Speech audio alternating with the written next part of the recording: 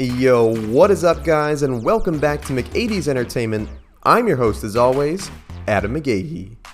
I just wanted to say thank you again to all of you helping grow this channel like crazy. We have broken 3,400 subscribers, which is absolutely insane. I never thought we'd reach these levels, and it would not have happened without your comments and support. You all are the true heroes. Well, I was planning to start a breakdown of Marvel's Eternals characters today, but the internet has kinda gone a little crazy over a trailer that dropped for a little tiny indie movie called Spiderman No Way Home. Just kidding, this is like the biggest movie of the year. Honestly, I think I'm anticipating this more than I was for Avengers Endgame even. It's Spidey season, baby. So in the trailer, as we know, it is revealed that after the events of Spider-Man Far From Home, Peter's identity as Spider-Man was revealed to the public. And instead of being loved and adored by the masses like his wannabe dad Iron Man, he was framed for murder and pretty much had his whole life ruined.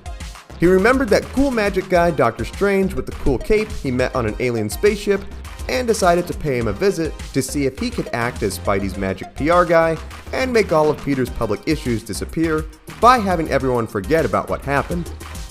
Doctor Strange, seemingly acting out of character, agrees with this request and casts a spell to make everyone forget about Peter being Spider-Man, which is interrupted when Peter keeps talking during it, causing there to be an error and creates a huge rift in dimensions.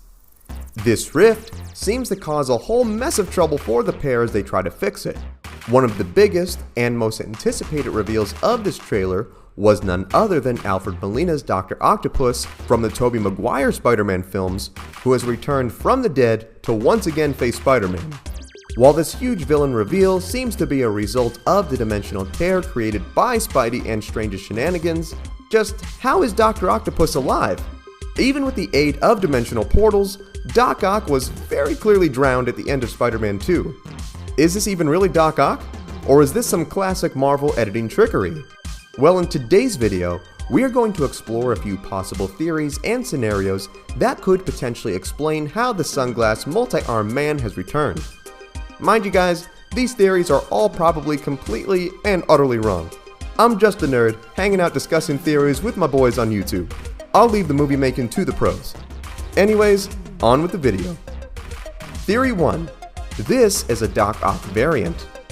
With this reveal, it is evident that the filmmakers would not have gone out of their way to cast Alfred Molina again as Dr. Octopus if they did not intend to tie this to the original Sam Raimi Spider-Man films. As mentioned before, Alfred Molina's Doc Ock did die at the end of Spider-Man 2. Now for this theory, I believe that perhaps this Doc Ock may not necessarily be the same exact one who drowned, but is perhaps a variant who did not follow his determined timeline, similar to Loki in the recent series. Perhaps this Dr. Octopus's Nexus event was defeating Spider-Man at the end of the film and was successful in his tritium experiment, which resulted in the destruction of New York, therefore creating an alternate reality Raimiverse Doc Ock. Due to this victory, he never would have been convinced back to the light by Peter, therefore becoming fully evil. Perhaps the successful fusion reactor's explosion he created maybe even caused a dimensional tear, giving him access to the MCU dimension where he would encounter Tom Holland's Spider-Man. I could also see in this scenario that the defeated Tobey Maguire of this universe would be depressed and feel responsible for not saving his city and may have given up on being Spider-Man. Perhaps he would then run into Tom Holland's Spider-Man, who would convince him to return to the suit and finally stop his longtime villain once and for all. Theory 2. This is Doc Ock from the MCU. While not nearly as exciting as the previous theory tying in the previous Spider-Man movies, another possible theory would be that this Dr. Octopus is an Otto Octavius from the MCU. Similar to the MCU conspiracy talk show host J. Jonah Jameson, looking just like the one from the Raimiverse movies, this could be another fun Easter egg within the timeline where a character just happens to look the same across multiple dimensions. You know, them dimensional genes be running strong. I feel if Marvel wanted to play things safe and not go too crazy, this would be the way to do it. He'd look and act just like the original Dr. Octopus, but would be a different person. While this would not be as fun, I still feel it would be awesome to see Octavius don the arms again, no matter what dimension he may be from. Theory 3. This is the original Dr. Octopus revived in a new body.